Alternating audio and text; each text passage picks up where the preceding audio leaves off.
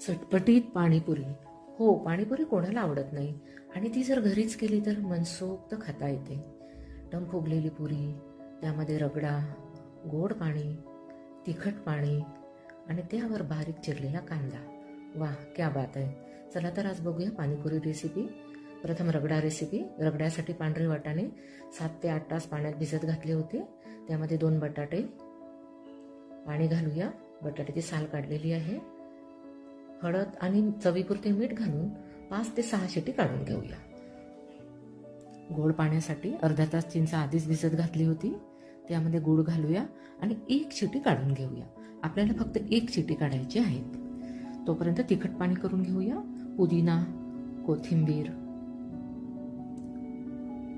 अद्रक, लसूण, जिरा पावडर, काळे मीठ, साधे मीठ, 3 ते 4 हिरवी मिरची आणि पाणीपुरी मसाला. थोडे पाणी घालून बारीक चटणी करून घेऊया. एका पातेल्यात थंड पाणी घेतलेले आहे. त्यामध्ये ती चटणी घालूया. वा, किती सुंदर कलर आला आहे पुदिना आणि कोथिंबीरमुळे. आपले तिखट पाणी तयार आहेत. यामध्ये तुम्ही खारी बुंदी सुद्धा घालू शकता. आपला कुकर पण झालेला आहे. बघा, सर्व मिश्रण एकजीव झालेलं आहे.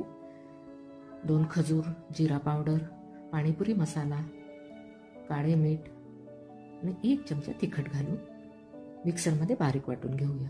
मिक्सरमध्ये वाटल्यामुळे मिश्रण सर्व एकजीव होते आणि कोणतेही वेस्ट जात नाही. गाळून घेऊया. पाणी आपल्याला हवे तसे टाकायचे आहे. आपले गोड पाणी तयार आहे. आपला रगड्याचा कुकर पण झालेला आहे. स्मॅश करून घेऊया थोडं. आपला रगडा तयार आहे. तोपर्यंत पुरी तळून घेऊया. रेसिपी पूर्ण डिटेलमध्ये दिलेली आहे डिस्क्रिप्शनमध्ये.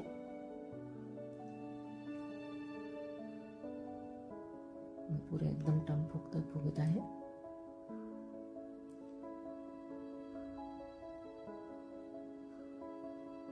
रेसिपी कशी वाटली कमेंटमध्ये मला नक्की सांगा. आणि आवडल्यास मी शैला माझ्या चॅनलला सबस्क्राईब करायला विसरू नका. एन्जॉय.